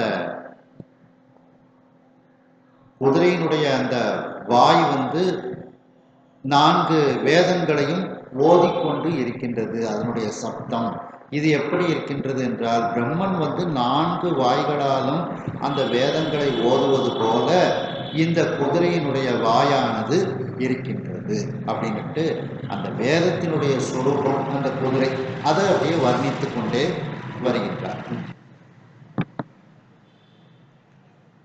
அண்ட கோடிகள் அனைத்தும் ஓர் பிண்டமா அடுக்கி, அண்ட கோடிகள் அனைத்தும் ஓர் பிண்டமா அடுக்கி. குதிரை புறச்சமயத்து அந்த புறச்சமய படை வீரர்களை தோற்கடிக்கணும். ஏன்னா குதிரை தான் வேதம் ஆகமம் எல்லாமே. அப்போ அதனாலதான் வந்தது என்ன நூல்? சைவ சித்தாந்தத்துல பரபக்கம். பரபக்கத்துல எல்லாத்தையும் அவங்களை பத்தி நம்ம தான் தெளிவா எடுத்து சொல்றோம். அவங்க தத்துவத்தை தெளிவா எடுத்து சொல்லி அதை மறுக்கிறோம் பரபக்கத்துல. என்ன அப்போ இந்த குதிரை தான் இந்த வேதம் ஆகமம். அப்ப இந்த வேதம் ஆகமும் எதுக்கு பயன்படுது? நமக்கு புறச்சமயத்தவர்களை வெற்றி கொள்வதற்கும் இது பயன்படுகிறது. அதுபோல இந்த குதிரையும் புறச்சமயத்தவர்களை தோற்கக்கூடிய தோல்வியை தழுவக்கூடிய அளவிற்கு இந்த வேதமும் ஆகமும் நிறைய கருத்துக்களை தன்னுள் அடக்கியது. அப்படி பார்க்கும்போது தான் அந்த பரபக்க நூல்கள்லாம் நமக்கு சிவஞான சித்தியார்ல பரபக்கம்லாம் வருகின்றது. அண்ட கோடிகள் அனைத்தும் ஓர் பிண்டமா அடுக்கி, அண்ட கோடிகள் அனைத்தும் ஓர் பிண்டமா அடுக்கி. உண்ட நீரதா முதுகு மேல் உபனிட கலனை, உண்ட நீரதா முதுகின் மேல் உபனிட கலனை. கொண்ட வாலிய வைதிக புறவி மேல் கொண்டான்,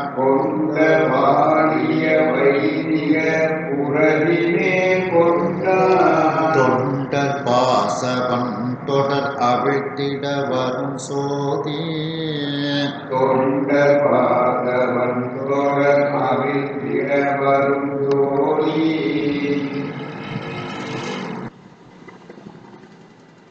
இந்த குதிரைக்கு முதுகுல வந்து அந்த கழுத்து பக்கத்துல ஒரு புடைப்பு மாதிரி இருக்கு. அந்த இதை எப்படின்னா அந்த புடைப்பு தான் அண்டகோடிகள் அனைத்தையும் ஒரு சின்ன தொகுதியாக அடுக்கி வைத்தது போல அந்த குதிரையினுடைய புடைப்பு அந்த கழுத்துக்கு பக்கத்தில் இருக்கக்கூடிய ஒரு திமில் அப்படின்னு சொல்லுவாங்க. அந்த திமில் வந்து இருக்கின்றது. அடுக்கி உண்ட நீரதான் உண்ட நீரதான்னா வைத்த தன்மை உடையதாக முதுகின் மேல் உபனிட முதுகு மேல இருக்கின்றது அப்படின்ட்டு. அதாவது அண்ட கோடிகள் அனைத்தும் இந்த பூமியில இருக்கக்கூடிய அண்ட சராச்சரங்கள் சரம் அச்சரம் எல்லாம் இயங்கக்கூடியது இயங்காதது எல்லாம் அனைத்தும்னு வச்சுக்கிடுங்களேன். எல்லாத்தையும் அதான் அனைத்தும் அண்ட கோடிகள் அனைத்தையும் ஒரு பிண்டமாக ஒரு தொகுதியாக ஒரு சின்ன தொகுதியாக அடுக்கி வச்சா எப்படி இருக்கும்? அந்த உண்ட நீரதான் அடுக்கி வைத்த தன்மை நீரதான். நீர்ன தன்மைன்னு அர்த்தம். நீர்மைனா அப்படிப்பட்ட தன்மை உடையதாக அதனுடைய முதுகு மேல அந்த ஒரு திமில் வந்து இருக்கின்றது. அந்த அது பக்கத்துல தான் சுவாமி அமர்ந்திருக்கிறார். அப்ப இந்த அண்ட கோடிகளுக்கு மேல சுவாமி வந்து அமர்ந்து வருகின்றார் அப்படின்ட்டு. அடுத்து உபனிட கலனை கொண்ட வாலிய வைதிக புறவி. இந்த வேதங்கள் ஆகமங்களுக்கு இன்னும் அதனுடைய உட்பிரிவுகளாக உபநிடதங்கள் இருக்கின்றது. அந்த உபநிடதங்கள் தான் சுவாமி வந்து அந்த குதிரைக்கு மேல ஒரு மெத்தை போட்டிருக்காங்க. குதிரைக்கு மேல ஒரு மெத்தை போட்டிருக்காங்க, உட்கார்றதுக்கு உள்ள ஒரு மெத்தை. அந்த மெத்தை எது தெரியுமா? உபனிஷத்து. உபநிடதங்கள்னு அவங்க சொல்லக்கூடிய நூல்கள் தான் சுவாமி உட்கார்ந்து இருக்கக்கூடிய மெத்தை அப்படின்னு சொல்றாங்க. உபனிடம் என்கின்ற கலனைனா சேனம்னு அர்த்தம். சேனம்னா மெத்தைன்னு அர்த்தம். உட்கார்ந்து இருக்கக்கூடிய ஆசனம். அப்போ உபநிடதங்கள் தான் சுவாமி உட்கார்ந்து இருக்கக்கூடிய மெத்தையாக இருக்கிறது. உபநிட கலனை கொண்ட அந்த மெத்தையை குதிரையின் முதுகில் கொண்ட வாலியன வெண்மையான அர்த்தம். வால்னா வெண்மைன்னு அர்த்தம். வாலிய அந்த குதிரை வெள்ளை குதிரையாக இருக்கிறது. வெண்மையான வைதிக புரவி. வைதிகம்னா வேதம் அப்படின்னு அர்த்தம். இந்த வைதிகாள் அப்படின்னு சொல்றோம் பார்த்தீங்களா? வேத பிராமணர்களை சொல்றாங்கல்ல. அப்போ அந்த வைதிக புரவி வேதமாகிய குதிரை, அந்த குதிரையின் மேல் இப்பொழுது சுவாமி அமர்ந்து இருக்கின்றார். வைதிக புரவி மேல் கொண்டான் அப்படின்னா அமர்ந்திருக்கின்றான். எதுல அமர்ந்திருக்கின்றான்? உபநிடதம் என்கின்ற மெத்தையில் அமர்ந்திருக்கின்றார். குதிரைக்கு மேல ஒரு மெத்தை போட்டிருக்காங்க. அந்த மெத்தை தான் உபநிடதங்கள் அப்படின்ட்டு. எதுக்காக வேண்டி சுவாமி இப்படி குதிரையில வராரு? தொண்டர் பாச வன்தொடர் அவிழ்த்திட வரும் சோறு. தொண்டர்களினுடைய பாசம், அந்த பாசம் வந்து வலிமையான தொடராக இருக்கிறது. பல பிறவியா பிறந்து இறந்து அது கணக்கில்லாம வருகின்றது. புல்லாகி பூடாய் புழுவாய் மரமாகி பல்வருகமாகி அப்படின்ட்டு திரும்ப அது வந்து அந்த பாச வன்தொடர் வந்து கொண்டே இருக்கின்றது. அப்படி அந்த வலிமையான பாசத்தொடரை அவிழ்த்திட, அவர்களுக்கு முக்தி கொடுப்பதற்காக வரக்கூடிய ஜோதி சொரூபமாக அந்த சொப்பநாத பெருமான் இந்த வேதம்ங்கிற குதிரையில ஏறி வாராரு அப்படின்ட்டு சுவாமி எப்படி அந்த வேத குதிரையில ஏறி வாராரு. அந்த வேதம் அந்த குதிரை எப்படி இருக்கின்றது அப்படின்னுட்டுலாம் ஒவ்வொரு பகுதியும் ஒவ்வொன்றாக சொல்லப்படுகின்றது. இதுல இந்த பசுமாட்டுக்கு பூஜை பண்ணும் போதும் பார்த்தீங்கன்னா கும்பாபிஷேகங்கள்ல எல்லாம் அந்த பசுமாட்டுல ஒவ்வொருத்தரும் ஒவ்வொரு தேவர்களும் ஒவ்வொரு இடத்துல அமர்ந்திருக்காங்க. மகாலட்சுமி கடைசியில் எல்லாத்துக்கும் படி அளந்துட்டு கடைசியில் வரும்போது அவளுக்கு பின்னால்தான் இடம் இருக்கு. அப்போ பின்பக்கம் அந்த வால் பகுதியில் உட்காந்துருக்காங்க. அதனாலதான் நமக்கு செல்வம் கிடைக்கணும் அப்படின்ட்டு மற்ற எல்லா பகுதியும் விட்டுருவாங்க. இந்த பின்பக்கத்துல வச்சு பூஜை பண்ணுவாங்க. பொருள் தானே முக்கியமா இருக்குது. அருள் இல்லாருக்கு அவ்வுலகம் இல்லை, பொருள் இல்லாருக்கு இவ்வுலகம் இல்லை அப்படிங்கிறது மாதிரி இந்த கும்பாபிஷேகங்கள்ல பூரா பார்த்தீங்கன்னா அந்த பசுமாட்டோட பின்பக்கத்துல பூஜை பண்ணி எங்களுக்கு செல்வத்தை கொடு அப்படின்னு சுவாமிகிட்ட வேண்டுவாங்க. அது மாதிரி இந்த குதிரையும் வேதமே குதிரையாக இருக்கிறது. அந்த குதிரையில ஒவ்வொரு பகுதிகளும் எப்படிப்பட்டது அப்படிங்கிறத இதுல சுவாமி இப்படிப்பட்ட குதிரையில ஏறி வாராரு அப்படின்ட்டு. வேதமாகிய குதிரைக்கு ஒரு கடிவாளம் அணிவித்திருக்கின்றார்கள். அதனுடைய வாய் கிழிந்து போகுமாறு அந்த கடிவாளம் பூட்டப்பட்டிருக்கின்றது. அதாவது வாய் கிழிதல் என்றால் என்ன அர்த்தம் என்றால், அந்த வேதங்களை பலகாலம் சொல்லி சொல்லி அந்த வாய் பழக்கப்படுவது என்பதுதான் வாய் கிழிதல் என்று பொருள். நற்றவா உன்னை நான் மறக்கினும் சொல்லும் நான் நமச்சிவாயவே என்று என்ற சொல்லிற்கு இணங்க நம்முடைய வாய் கிழிந்து போகக்கூடிய அளவுக்கு அந்த வேதங்களையும் ஆகமங்களையும் நாம் திரும்ப திரும்ப சொல்ல வேண்டும். அதனாலதான் இந்த இடத்த அந்த கிளியங்கிற வார்த்தையை போட்டிருக்காங்க. அந்த குதிரையினுடைய வாய் கிழிந்து போகுமாறு ஒரு கடிவாளம் அணிந்திருக்கின்றார்கள். அந்த கடிவாளம் என்ன என்றால், பெருமை மிகுந்த அந்த பிரணவமாகிய ஓங்காரம்தான் அந்த கடிவாளமாக இருக்கின்றது. மேலும் அந்த குதிரையானது புறச்சமயத்தில் நம்மோடு போர் புரியக்கூடிய படையை உடைய அந்த புறச்சமயத்தவர்கள் தோற்குமாறு அவர்களோடு போரை மூளச் செய்து அவர்களுக்கு கொடுமைகளை விளைத்து அந்த போரில் வெற்றி காணக்கூடியதாக இந்த குதிரை இருக்கின்றது. மேலும் தாமரையில் அமர்ந்திருக்கக்கூடிய பிரம்மனினுடைய 4 முகங்களையும் வரிசையாக கொண்டு பொருந்தியதாக இந்த குதிரை இருக்கின்றது. பிரம்மனுடைய 4 முகங்களும் குதிரை பந்திகள் ஆயின. பிரம்மன் தனது 4 வாய்களாலும் வேதங்களை ஓதுகின்றான். ஆதலின் இந்த குதிரைகளினுடைய வாய்களும் அந்த வேதங்களை ஓதிக்கொண்டு இருக்கின்றது என்று கூறுகின்றார்.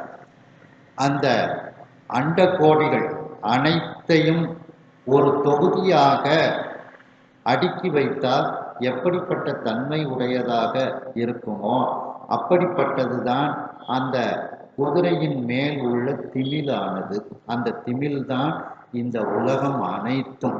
அந்த திமிலுக்கு மேல் சுவாமி அமர்ந்திருக்கின்றார். அந்த குதிரையின் முதுகின் மேல் இந்த திமில் இருக்கின்றது. அந்த திமிலானது சராச்சரங்கள் அண்ட சராச்சரங்கள் அனைத்தையும் ஒரு தொகுதியாக ஒரு பிண்டமாக அடுக்கி வைத்தது போல அந்த குதிரையினுடைய திமில் இருக்கின்றது. மேலும் அந்த குதிரையின் மீது ஒரு மெத்தை விரித்திருக்கின்றார்கள். அந்த மெத்தை தான் உபநிடதங்களாக இருக்கின்றது. அந்த உபநிடதம் என்ற அந்த சேனமாகிய மெத்தையை கொண்டதாக அந்த வெண்மையான வேத குதிரையானது இப்பொழுது இருக்கின்றது. அந்த குதிரையின் மீது சொக்கநாத பெருமான் அமர்ந்திருக்கின்றான். எதற்காக அமர்ந்து வருகின்றான்?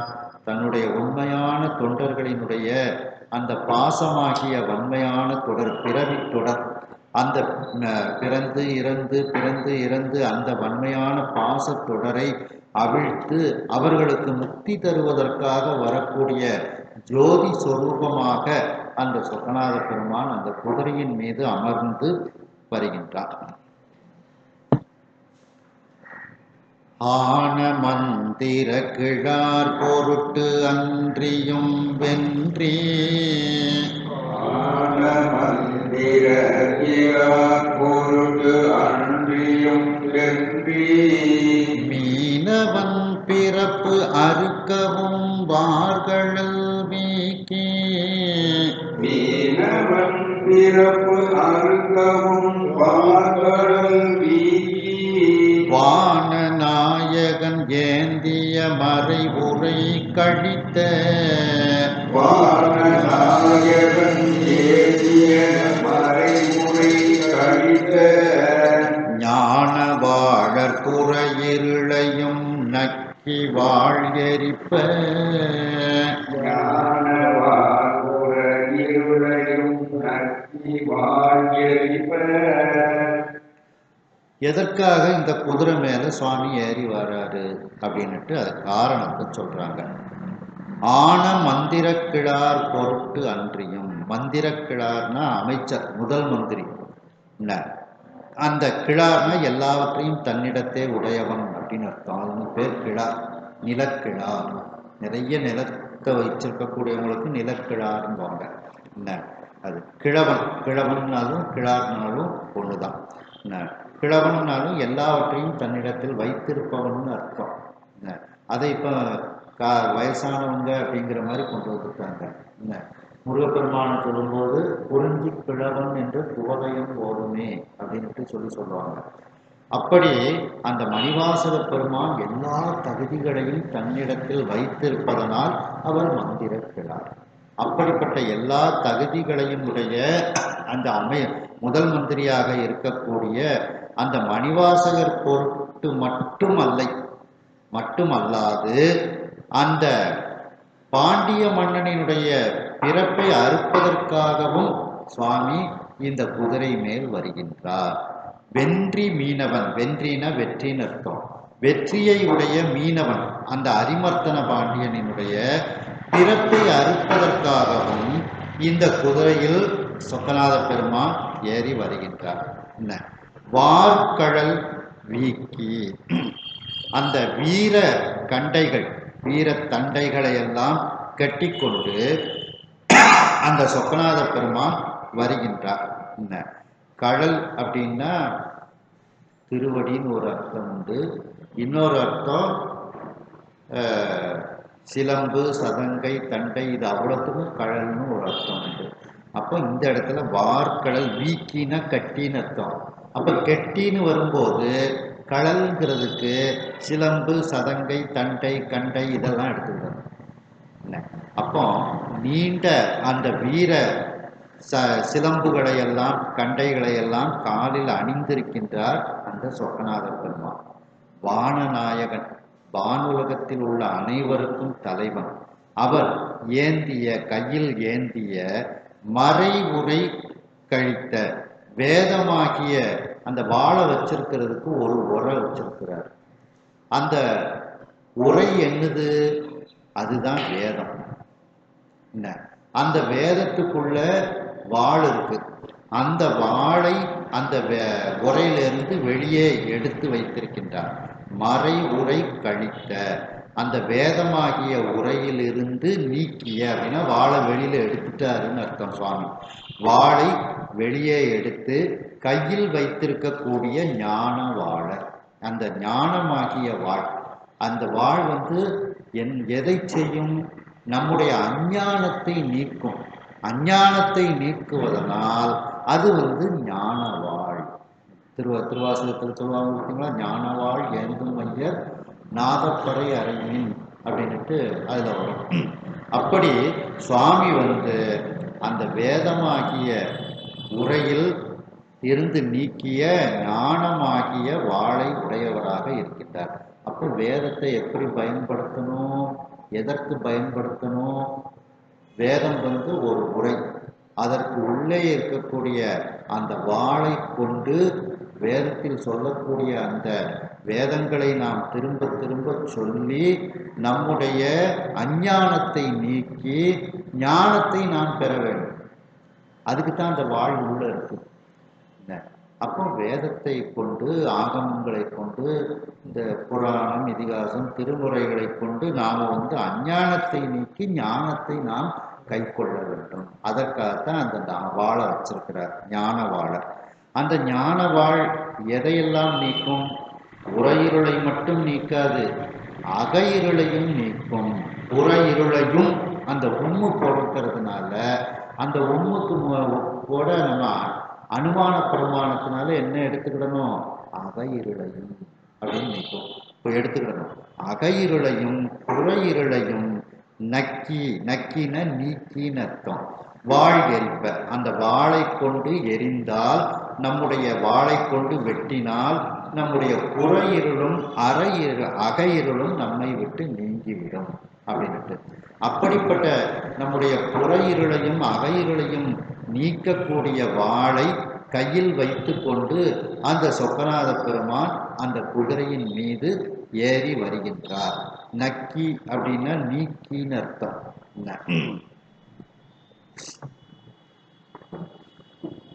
ஒன்றை தேனை நக்குதோம், நக்குனோம்னா கையில வைத்து கொண்டு நக்குனோம்னா தேன் இல்லாமல் போயிடுது, வாய்க்குள்ள போயிடுது.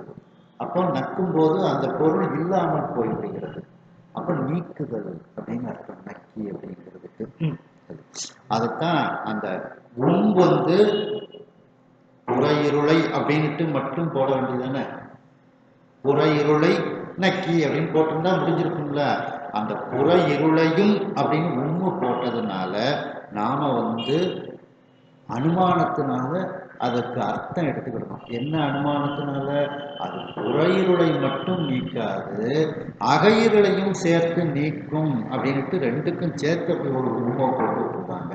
அப்ப புற இருளையும் நீக்கும், அக இருளையும் நீக்கக்கூடிய அந்த வாளை, ஞான வாளை சுவாமி கையில் வைத்து கொண்டு அவர் வருகின்றார் அப்படின்ட்டு இந்த பாட்டுல சுவாமியை பற்றி சொல்றார்.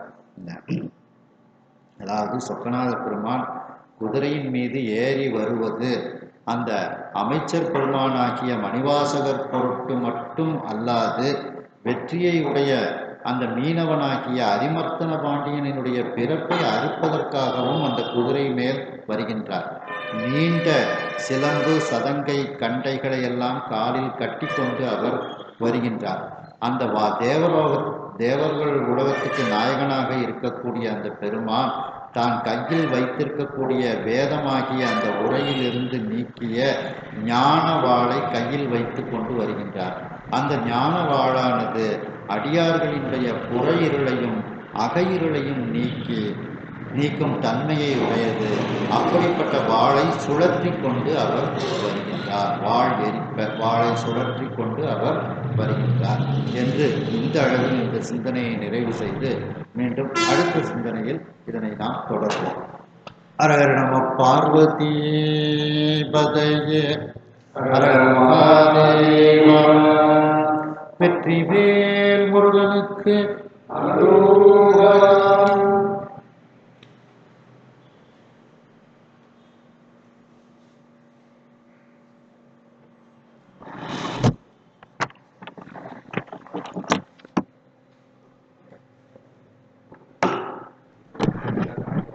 இந்த ஒரு நிமிஷம் எல்லாரும் அவங்கவுங்க முகத்தை